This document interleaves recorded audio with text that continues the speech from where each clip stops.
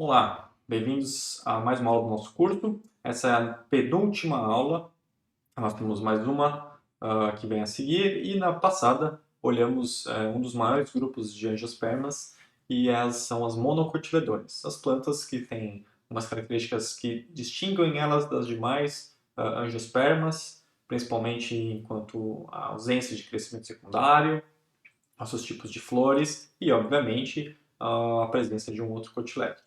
Hoje nós vamos ver o último grupo de angiospermas da disciplina, são as eudicotiledôneas, né? Ou as dicotiledôneas verdadeiras, como quer dizer esse nome. Essas plantas elas apresentam, obviamente, dois cotilédones, mas não que eles sejam mais interessantes ou diferentes das demais angiospermas que nós vimos, que não têm apenas um cotilédon. Né? Então, todas as angiospermas, exceto as monocotiledôneas, têm dois cotilédones, duas folhas no embrião.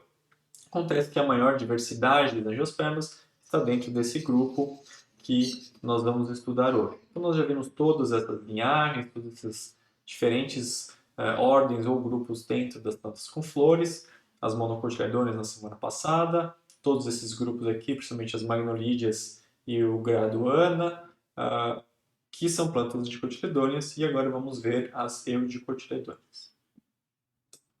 Essas plantas, então, como eu falei, apresentam a maior parte da diversidade de plantas com flores, são mais de 190 mil espécies, estão dentro deste grupo que inclui uma grande diversidade de ordens, diferentes agrupamentos aqui que não estão dentro do nível de ordem ou famílias, mas que tem muitas famílias dentro delas, como as fabídeas, as lamídeas, que pertencem a alguns grupos que a gente vai ver com mais detalhe daqui a pouco.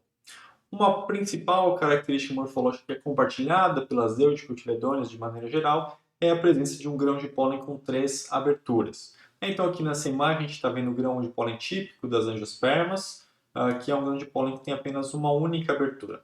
É através dessa abertura que o tubo polínico vai emergir quando o grão de pólen chega nos estigmas dos pistilos. Então quando o grão de pólen cai no estigma, ele vai receber um estímulo para o alongamento do tubo polínico, que vai procurar fecundar o gameta feminino. Então, aqui nas eudicotiledôneas, esses grãos de pólen eles têm três aberturas. Então, são três poros diferentes por onde esse tubo polínico pode sair.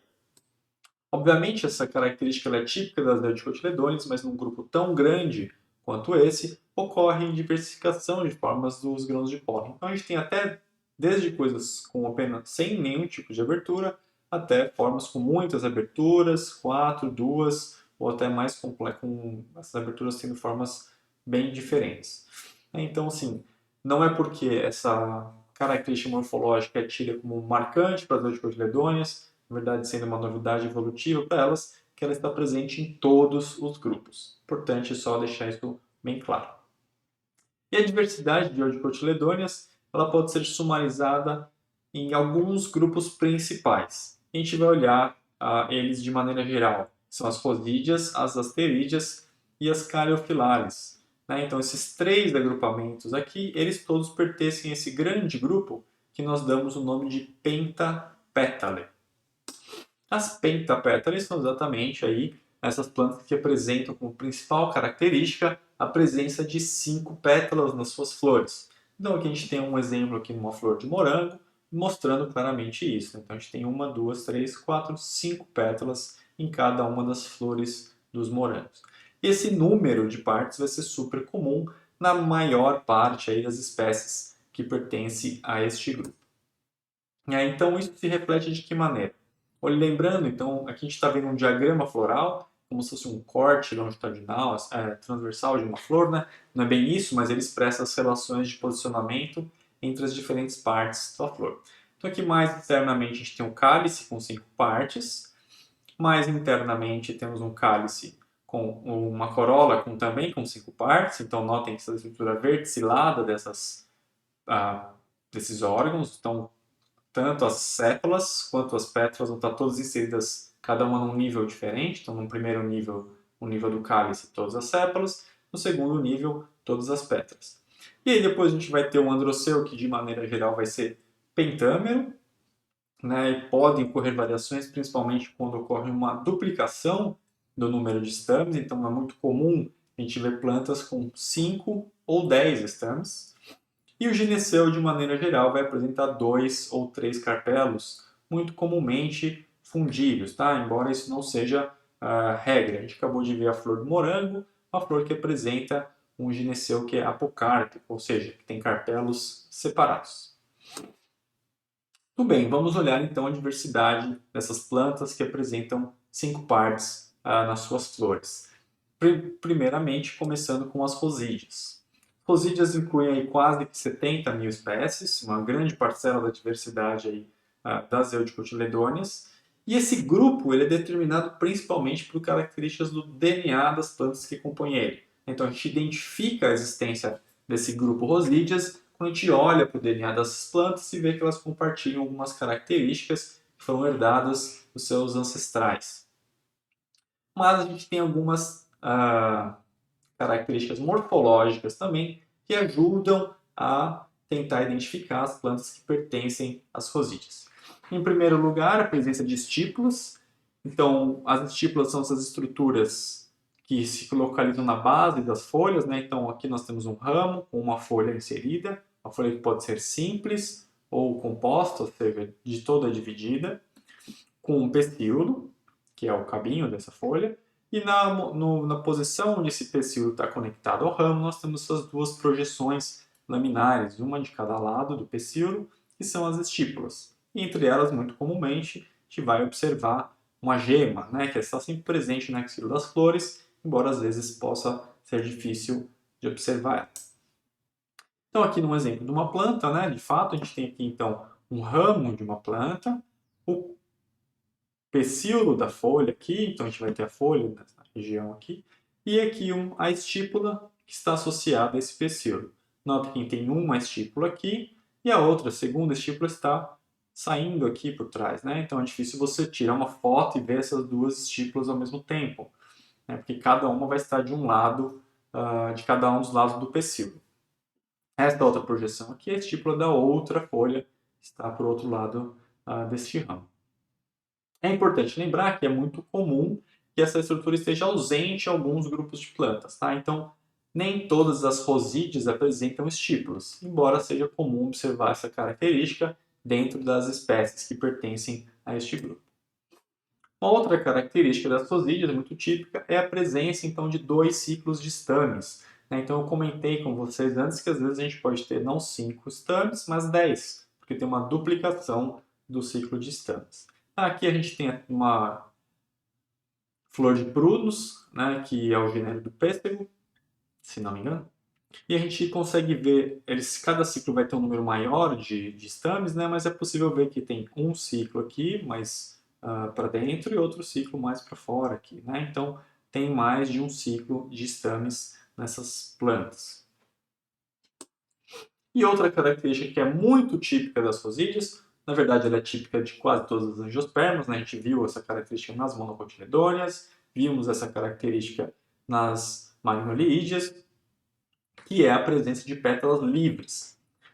Então, é importante você saber disso, porque a gente vai olhar daqui a pouco um outro grupo que se contrapõe às rosídeas nessa característica, que vai ter as pétalas fundidas, né? Então, pétalas livres não é nada de especial para as rosídeas, é uma característica que elas compartilham com vários outros angiospermas, mas que ajuda a gente a diferir essas plantas das plantas que pertencem às asterídeas, que vão ter essas pétalas fundidas, a gente vai chegar lá.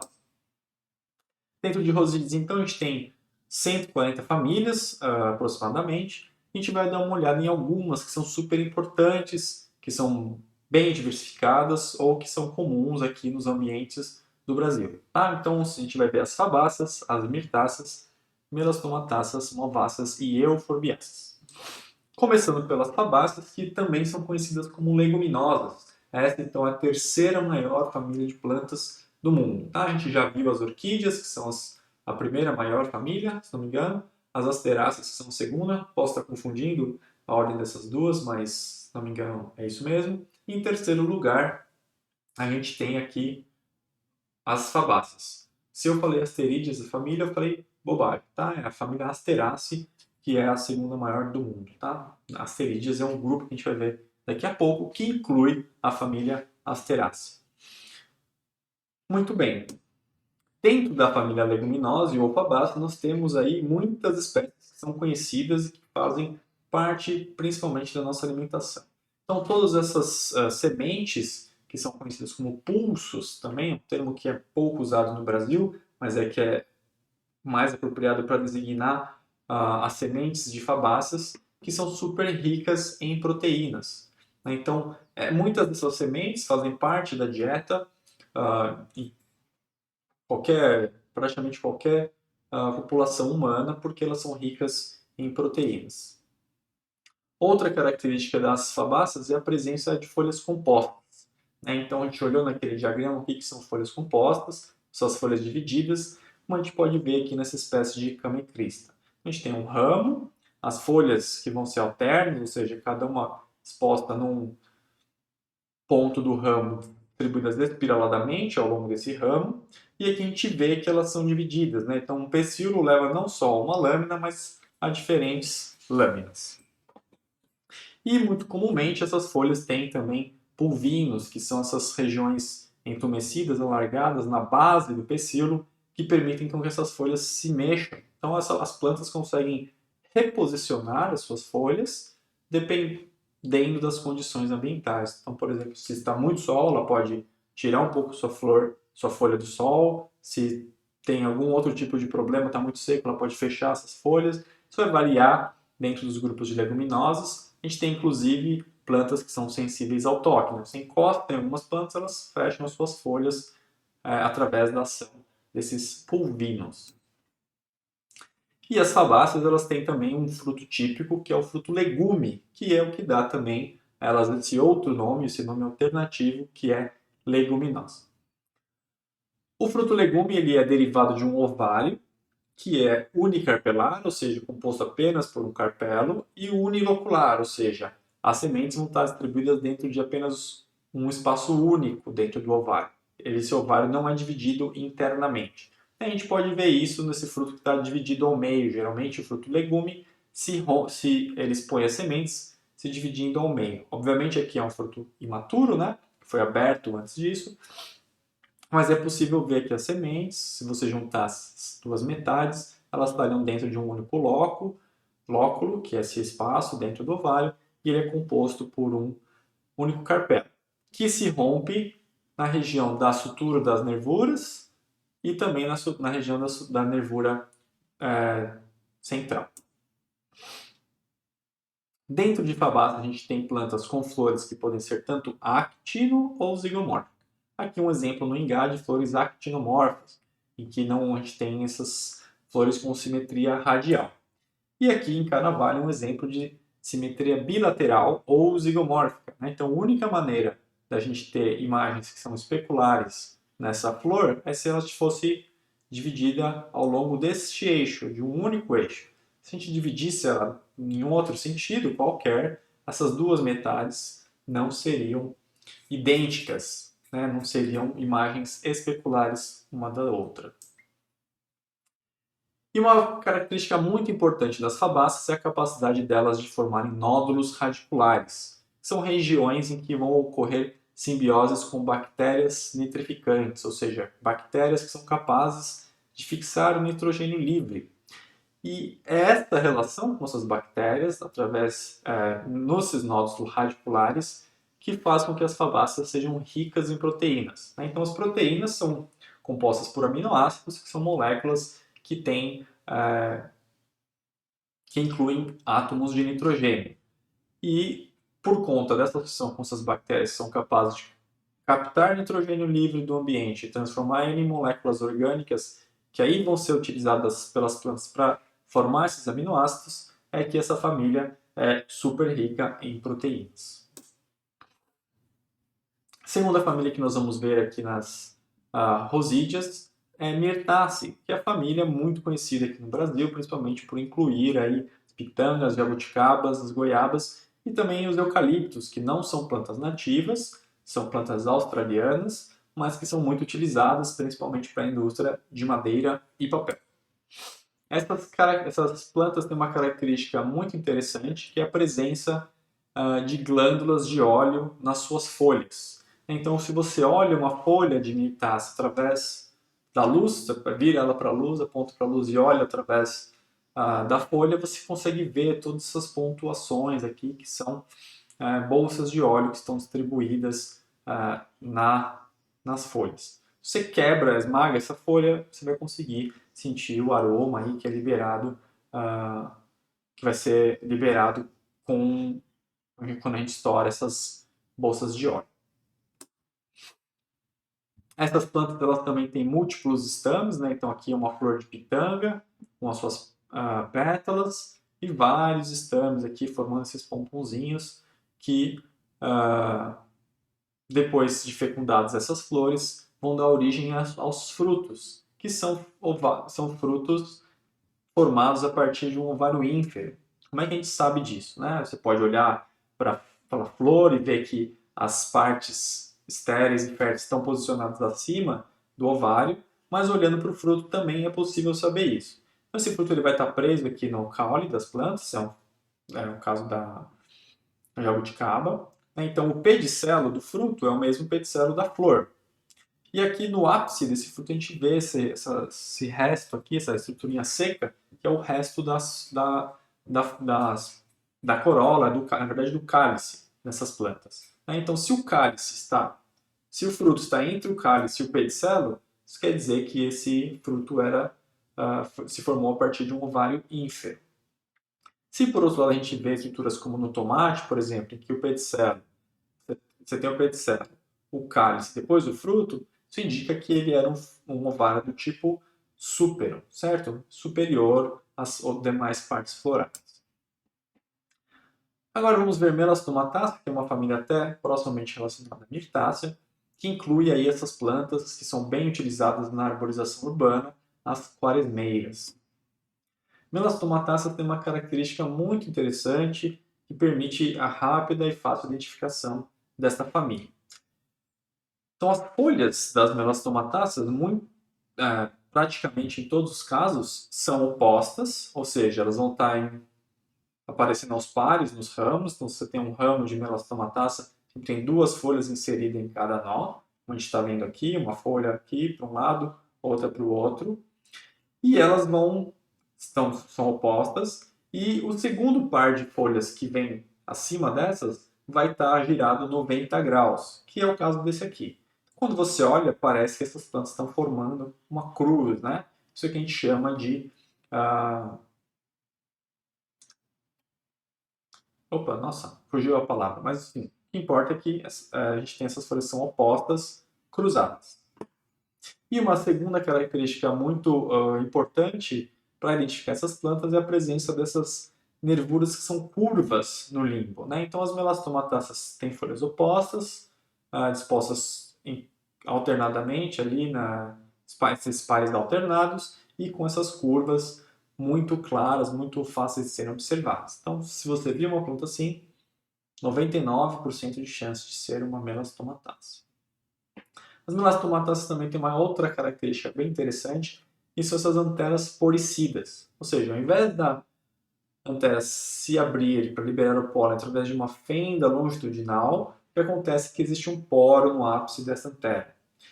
E aí, a única maneira deste pólen sair de dentro dessa antera é se uma abelha, o polinizador, chega e chacoalha as anteras. Né? Então, como formam essas garrafinhas, o pólen não vai ser liberado facilmente para o ambiente. Mas se o polinizador vem, segura a antera e chacoalha ela, ele libera o pólen de dentro dessas anteras. Muito bem, passando agora para a família Malvácea, que é a família do hibisco, do cacau, planta super importante aí, que dá origem ao chocolate. Essas plantas, elas de maneira geral têm folhas que são compostas, mas que podem ser alternas também, é uma família super diversificada morfologicamente. No caso aqui dessa paineira, tem uma folha composta interessante. Então a gente tem aqui o pecíolo da folha, e esse pecíolo, no ápice dele, vão estar inseridas diferentes folíolos, ou seja, essas estruturas laminares aqui vão estar todas inseridas no mesmo ponto. Isso é o que a gente chama de folhas palmadas, né? Parece uma mão. Então você tem o pecíolo sendo o seu braço e as folhas como se fossem os dedos aqui da sua mão, folhas palmadas.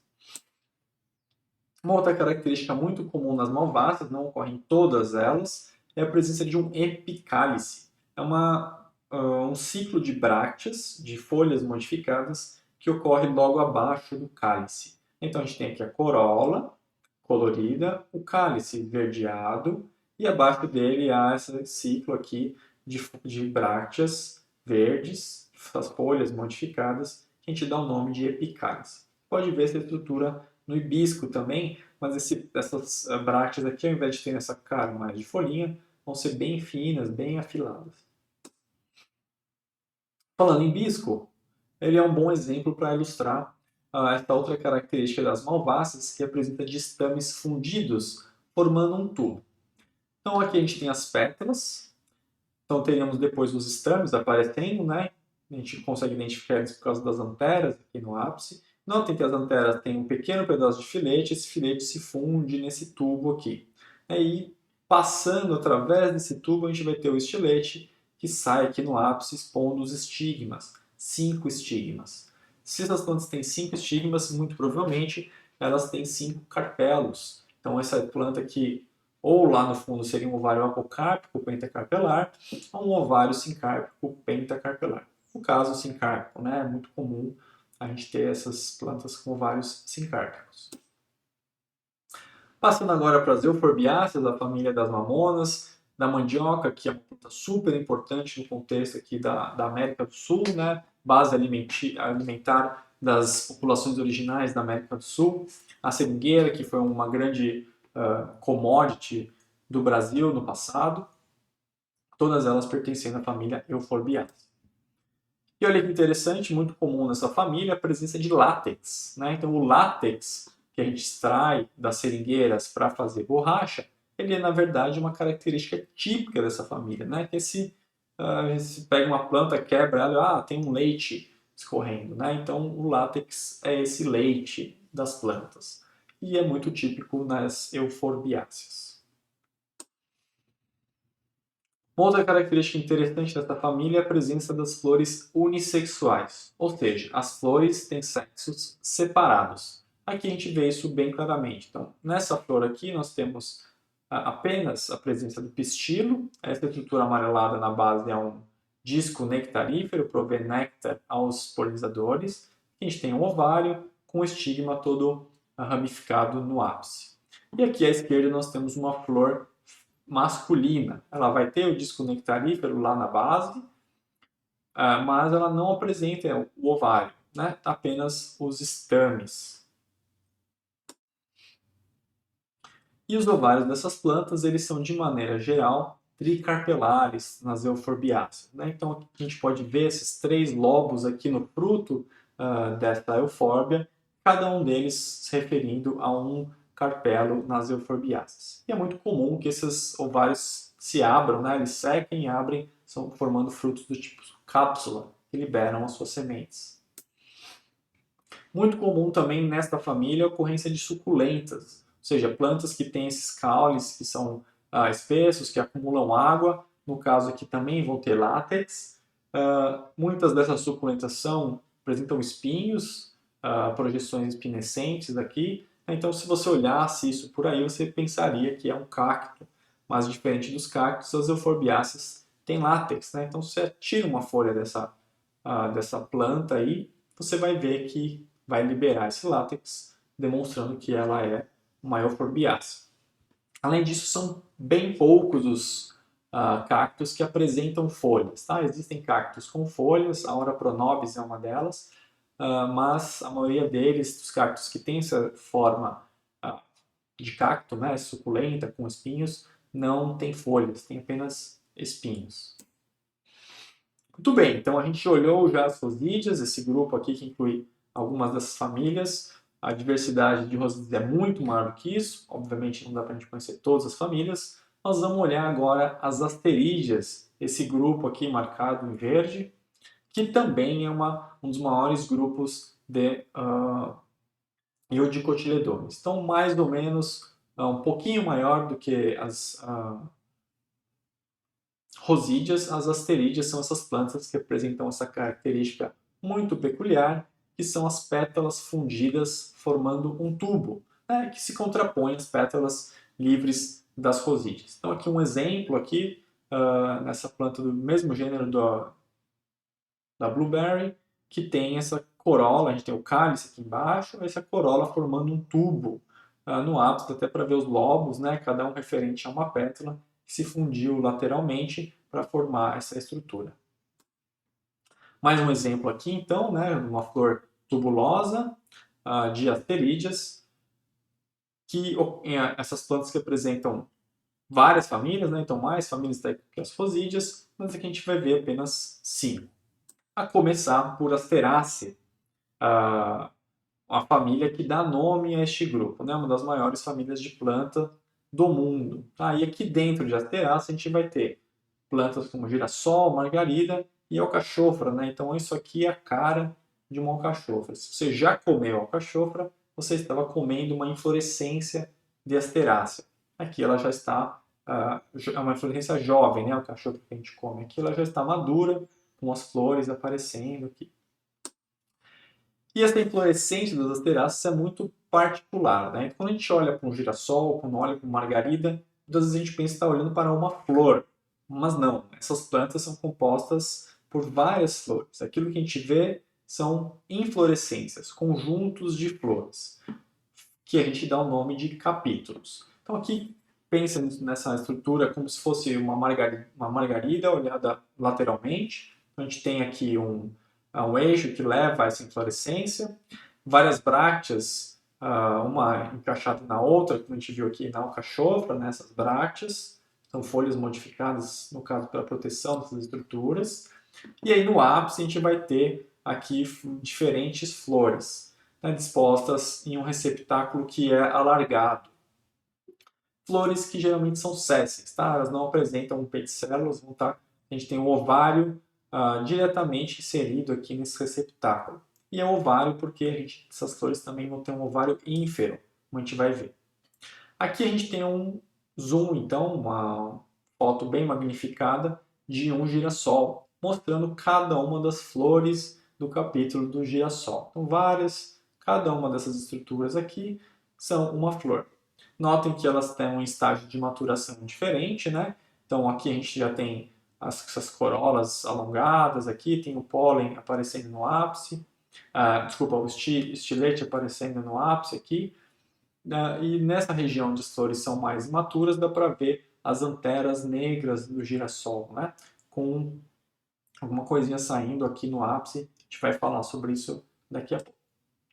Então, nessas plantas, o que acontece é que elas têm as anteras fundidas lateralmente. As plantas têm flores que são tubulosas, as anteras estão presas no tubo da corola, e as próprias anteras, cada uma delas vai estar presa lateralmente uma à outra. E é o que a gente está vendo aqui, né? Isso aqui é um eixo da antera aqui, o ápice de uma antera, o ápice de outra antera, e elas estão fundidas lateralmente, formando um tubo.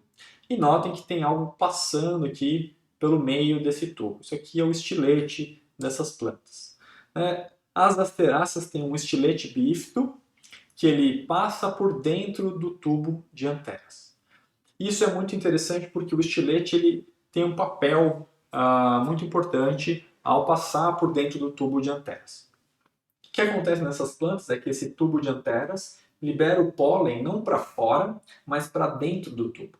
O que é um problema, porque esse pólen tem que chegar, tem que ser liberado no ambiente. Então, essas plantas resolvem esse problema aí, fazendo com que o pólen libere as anteras liberem pólen para dentro do tubo de anteras e o estilete se desenvolva só depois que isso acontece. E ele vai se desenvolver, crescer, passar através do tubo, empurrando o pólen para fora. Na hora que ele chega no ápice ali, ele se bifurca, formando esses dois braços. Na hora que ele se bifurca, ele expõe os estigmas, né, as regiões que vão receber o pólen que vai fecundar esta flor. Mas o interessante é que essa região ela está fechada quando ela está empurrando o pólen para fora. Isso evita que o pólen da própria flor se grude no estigma dela mesma, né? Então maximiza aí o potencial de fecundação cruzada entre as flores das asteráceas.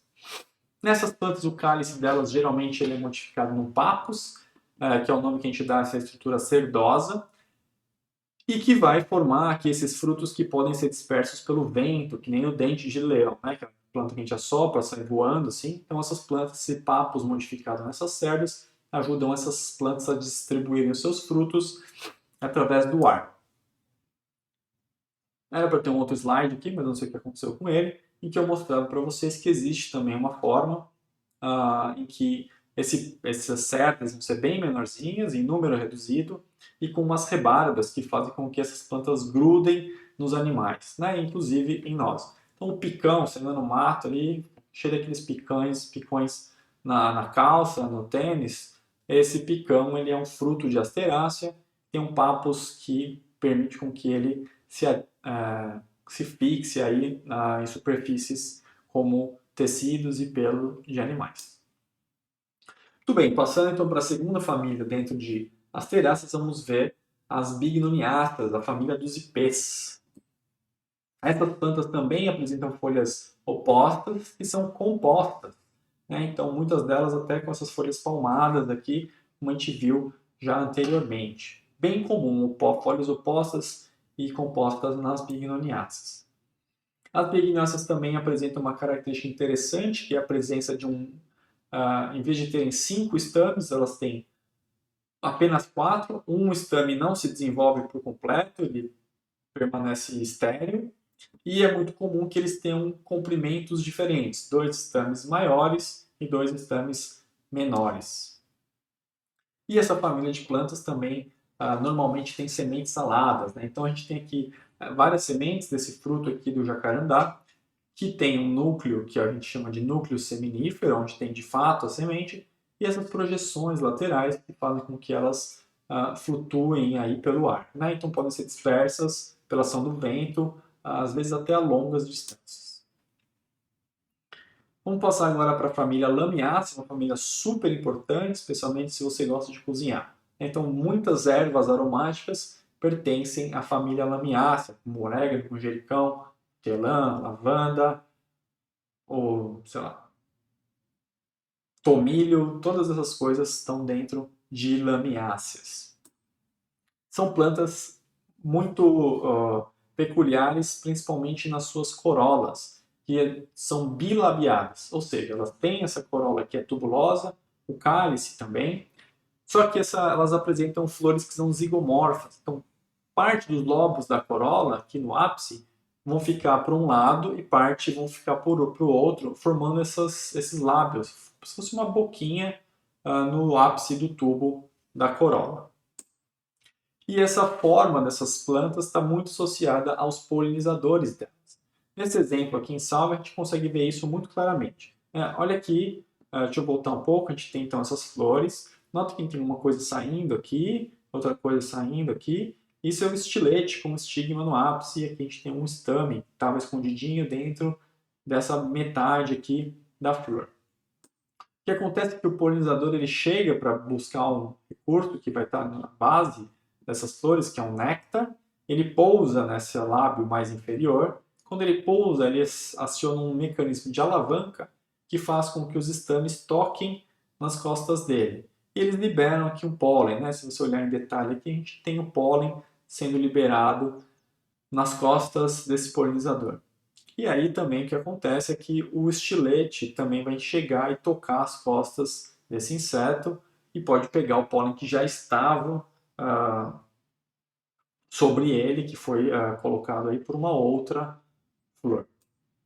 Esse polinizador está atrás do néctar, que é produzido por essa estrutura, que é um nectário, que vai estar junto aqui do ovário. Então aqui o estilete está vindo lá do ápice da planta, descendo até um ovário, é um ovário lobado, bem diferenciado. Esse estilete ele entra pela base do ovário, em vez de estar conectado no ápice, ele está passando todo aqui pelo meio desse ovário, chegando na base dele, que é o que a gente chama de estilete ginobásico. E do lado desse ovário a gente tem um nectário que produz o néctar, que é a recompensa para os polinizadores. Aqui mais um exemplo aqui disso. estilete ginobásico que chega na base do ovário, e onde ele vai se conectar aos óvulos aqui, permitindo que o tubo polínico fecunde os gametas femininos, e ao lado do ovário, bem maior do que ele muitas vezes, esse nectário que vai ser explorado pelos polinizadores. Vamos passar agora para uma outra família que é bastante utilizada, principalmente aí pelos seus compostos secundários. Então, a família Rubiaceae, ela tem plantas que podem ser tóxicas, podem ser úteis, dependendo do que você quer fazer, né? Então, aqui dentro a gente tem o café, tem a planta que produz a quinina, né? E até uma das plantas que está relacionada com o ayahuasca, né? Que é uma mistura de várias plantas aí que tem esse potencial alucinógeno. Uma delas é uma rubiácea. As rubiáceas são super fáceis de ser identificadas. Bom, assim, não super fáceis, mas às vezes até mais fáceis do que muitas outras famílias. Principalmente porque elas têm uma característica extremamente peculiar. Então, note aqui a gente tem um ramo de uma rubiácea com duas folhas simples, que são opostas, e as estípulas dessas folhas, na verdade, vão ocorrer aqui entre os pecíolos.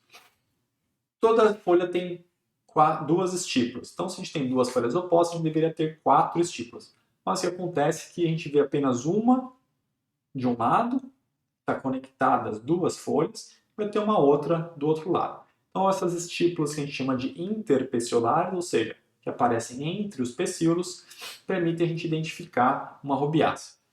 Em alguns casos ela é bem grande, bem evidente, como nessa imagem. Em outros casos ela é bem pequena ou fimbriada, né, toda dividida em estruturas. Mas se você olha com atenção, é possível identificar essa estrutura e determinar a planta como pertencendo à família Rubiaceae. E agora, talvez por último, nós vamos ver a família Solanaceae, que também inclui várias plantas que nós usamos, né? Então, notem que a grande maior diversidade aí das plantas que nós vemos até agora no Museu de Cotiledôneas incluem plantas úteis, né? Que a gente consome muito. Isso porque a gente tem grande diversidade dentro dessas famílias, dentro das Eudicotiledôneas. Em Solanaceae a gente encontra coisas como a batata, o fumo, o tomate. Talvez você nem soubesse que essas plantas estão todas relacionadas, né? Pimentão, a berinjela, o jiló, todo mundo dentro da família Solanaceae. Essas plantas elas têm folhas alternas, simples, às vezes até com uma morfologia super peculiar, com alguns tricomas específicos que dão uma cara particular na folhagem das Solanaceae. Mas é muito típico nelas essa corola que nós chamamos de plicada. Olhando para essa planta, dá a impressão de que ela tem flores com corola de alipétalo, né, com partes separadas. Mas se você olha na base, você consegue ver que elas são gamopétalas, né? Então as pétalas estão todas fundidas aqui na base. Só que essa região de fusão ela tem essas dobras. A gente dá o nome então de corola plicada. Parece um tecido todo dobrado, né? Então a flor dessas plantas tem essa aparência peculiar. E óbvio, né, elas são cheias de alcaloides, né? Então a gente tem aqui as pimentas, o fumo, essas plantas podem ser tóxicas, né? Então tome cuidado, se encontra esses tomatinhos andando por aí, não coma, tá? Porque eles são plantas pertencentes à família Solanaceae, eles podem não ser, tem um pouco parecidos com tomates, de fato, muito pelo contrário, eles podem fazer bastante mal para você. Então agora, chegando no último grupo que nós vamos ver aqui nessa aula, são as Caryophyllares, uma ordem bem específica que não faz parte nem das rosídeas, nem das asterídeas, mas que também pertence às pentapétalas. A gente vai ver 3 famílias aqui, as cactáceas, Droseraceae e Nepenthes. Começando pelas cactáceas, essas plantas que são suculentas, que têm esses espinhos, que incluem então todas essas coisas que nós chamamos de cactos, a Ora pronobis, que é uma planta especial que não tem essa carona assim, de cactos, e as palmas. Então, uma característica super típica das cactáceas é a presença desses caules que são suculentos, né? Então, eles são cheios de água dentro, espessos, e que são fotossintetizantes. Muitas cactáceas não têm folhas, as folhas delas vão ser transformadas em espinhos. Quando estão presentes, são simples, alternas e sem estípulos, mas na maior parte das vezes vão estar transformadas em espinhos. Dado que as folhas não estão mais responsáveis pela fotossíntese, quem faz esse papel, então, são os cactos. Opa, são os caules dos cactos. Aqui é um exemplo aí de uma peresca da Ora pronobis em que ocorrem folhas, né? Então essas plantas têm tanto folhas, que são suculentas também, são folhas grossas, você rasga ela, você vê que ela é meio melequenta até, mas também tem espinhos. E muito legal nessa quitáceas é a presença desse perianto espiralado, nem todos os grupos apresentam isso, né? Então, a gente tem aqui essa parte mais de baixo da flor, que na verdade é o ovário, que tem essas brácteas expostas em torno dele. Isso aqui não é o cálice, o ovário dessas plantas que é ínfero e tem essas brácteas. E aqui a gente tem um perianto, a gente não tem uma distinção entre cálice e corola muito clara, com essas tépalas que vão sendo organizadas numa grande espiral aí de várias pétalas. As cactáceas têm muitas tépalas, né, na verdade. Outra coisa, elas também têm muitos estames, né? Produzem muito pólen que vão estar associado, em muitos casos, com polinização por aves ou por morcegos. E tem esse estilete todo ramificado aqui, super bonito. Como eu mostrei para vocês, a gente tem ali então aquele ovário com aquelas brácteas que está posicionado abaixo das demais peças florais, ou seja, é um ovário do tipo ínfero, que vai dar origem a um fruto do tipo baga. A baga é um fruto que tem a polpa carnosa, né? Então a gente tem bagas, a banana é uma baga, a uva é uma baga, e a gente tem também o fruto das cactáceas, no caso aí a pitaia, ela é um cacto, né? O fruto de um cacto. Se você costuma aí ver cactos de maneira geral, vai ver que já deve ter reparado que eles têm essa carinha de pitaia, né? Então, várias sementes nessa polpa aí carnosa, geralmente branca, alguns são até rosada ou arroxeada. Super bonitos os frutos das cactáceas. Vamos passar para a segunda família que a gente vai ver em Caryophyllalis, que é Droseraceae. Droseraceae que tem apenas 3 gêneros, poucas espécies, mas que tem essa característica muito legal, que é de serem plantas carnívoras. Né? Então, as Droseraceae são ervas carnívoras, que tipicamente das pentapétalas. Né? Olha aqui que bonitas flores das Droseraceae, com 5 pétalas típicas desse grupo. Mas a característica mais interessante que a gente vê nas Droseraceae são aí a armadilha que elas utilizam para pegar os insetos. Né? Então, as folhas das Droseraceae têm esses pelos que são glandulares, ou seja, no ápice liberam uma viscosidade que vai prender os animais. Né? Então, uma mosca pousa aqui, ela vai grudar nessa mucilagem, a folha vai se enrolar sobre esse animal e vai liberar enzimas que vão digerir ele, permitindo com que a planta absorva os nutrientes da digestão desses insetos. É a mesma coisa que é feita pelas dionéas, outro gênero dentro das Droseraceae, mas que tem um outro tipo de armadilha, que são com essas folhas modificadas, né, que formam essa boquinha. Então, um inseto ele pousa numa folha dessas, ele vai ativar um mecanismo especial ali, que vai fechar essa boca, prender o inseto, e a folha vai poder digerir esse inseto. E a última família que a gente vai ver dentro de Caryophyllalis é Nepenthaceae, outra família de plantas carnívoras. Essas plantas não ocorrem nativamente no Brasil, mas são comumente cultivadas. E tem um outro tipo de mecanismo que é usado por elas para capturar insetos. Né? Então aqui a gente tem a folha dessas plantas, notem que essa parte laminar, no ápice produz essa estrutura alongada aqui, que depois vai terminar nesse jarro. Essa estrutura laminar, que vai fazer a fotossíntese, é na verdade o pecíolo das folhas, e o limbo se dobra formando esse jarro, dentro do qual vai ser acumulado um líquido, um inseto vai lá, todo incauto, cai dentro desse jarro, não consegue sair e vai ser digerido por essa armadilha. As flores dessas plantas são super bonitas, super diferentes. Elas têm, a gente está olhando aqui para as flores masculinas, a gente tem flores masculinas e femininas. E notem que a gente tem apenas uma única estrutura, né? Esse eixo aqui no ápice vai ter essas bolinhas amarelas. O que está acontecendo é que os estames são todos fundidos. Então, ao invés de ter vários filetes, a gente tem um único filete central aqui fundido, que no ápice vai ter várias antenas. Super bonitas as flores das nepentás. Muito bem, então com as nepentás a gente terminou a aula de hoje, em que a gente está focando na diversidade de eudicotiledôneas, vimos as fusídeas, vimos as asterídeas, vimos as cariophyllales, que incluem essas plantas carnívoras. Ocorrem plantas carnívoras em outros grupos de plantas, de angiospermas, mas notem que tem essa concentração interessante dentro das cariophyllales. Na semana que vem, como eu disse, nós vamos ter a nossa última aula, vamos ver um pouco de fotossíntese. Enquanto isso, tem as atividades para vocês fazerem e a gente se vê na próxima aula. Até lá!